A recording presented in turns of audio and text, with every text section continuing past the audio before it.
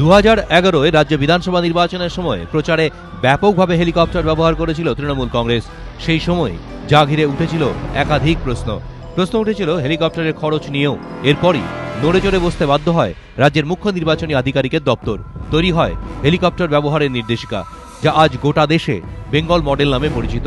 সেই মডেলই বাস্তবায়িত হচ্ছে এবার।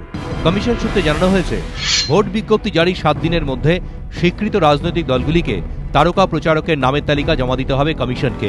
সর্বাধিক 40 জনের নামের তালিকা জমা দিতে পারবে তারা। নথিভুক্ত দলগুলির ক্ষেত্রে সংখ্যাটা 20।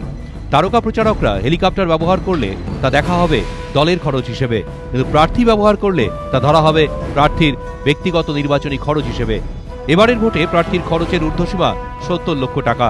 কিন্তু তারকা প্রচারকের সঙ্গে একই হেলিকপ্টারে প্রার্থীও সফরসঙ্গী হলে সেক্ষেত্রে খরচের অর্ধেক যাবে দলের খাতে, প্রার্থীর খাতে অর্ধেক। দলের খরচের কোনো ঊর্ধ্বসীমা রাখা হয়নি এবারও।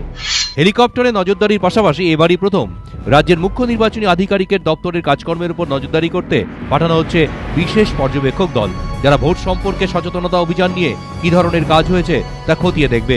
যে অভিযানের দায়িত্ব মুখ্য নির্বাচনী আধিকারিকের দপ্তরের। পর্যবেক্ষকরা কথা বলবেন সরাসরি ভোটারদের সঙ্গে। একই সঙ্গে ভোট ঘিরে বিভিন্ন অভিযোগের নিষ্পত্তি কিভাবে করছে মুখ্য নির্বাচনী আধিকারিকের দপ্তর, তার উপরেও নজর রাখবে বিশেষ পর্যবেক্ষক দল।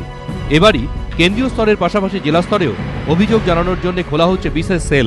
মুখ্য নির্বাচনী আধিকারিকের দপ্তরে এই বিশেষ সেলের টোল ফ্রি নম্বর 1950। জেলা স্তরে কিংবা মুখ্য নির্বাচনী আধিকারিকের দপ্তরে যে অভিযোগই জমা পড়ুক না কেন, সঙ্গে সঙ্গে তা পৌঁছে যাবে দিল্লিতে নির্বাচন কমিশনের কাছে। পর্যবেক্ষক দলের পাশাপাশি কমিশনও নজর রাখবে সেই অভিযোগগুলির কিভাবে নিষ্পত্তি করা হচ্ছে। দীপক ঘোষ, এবিপি আনন্দ, কলকাতা।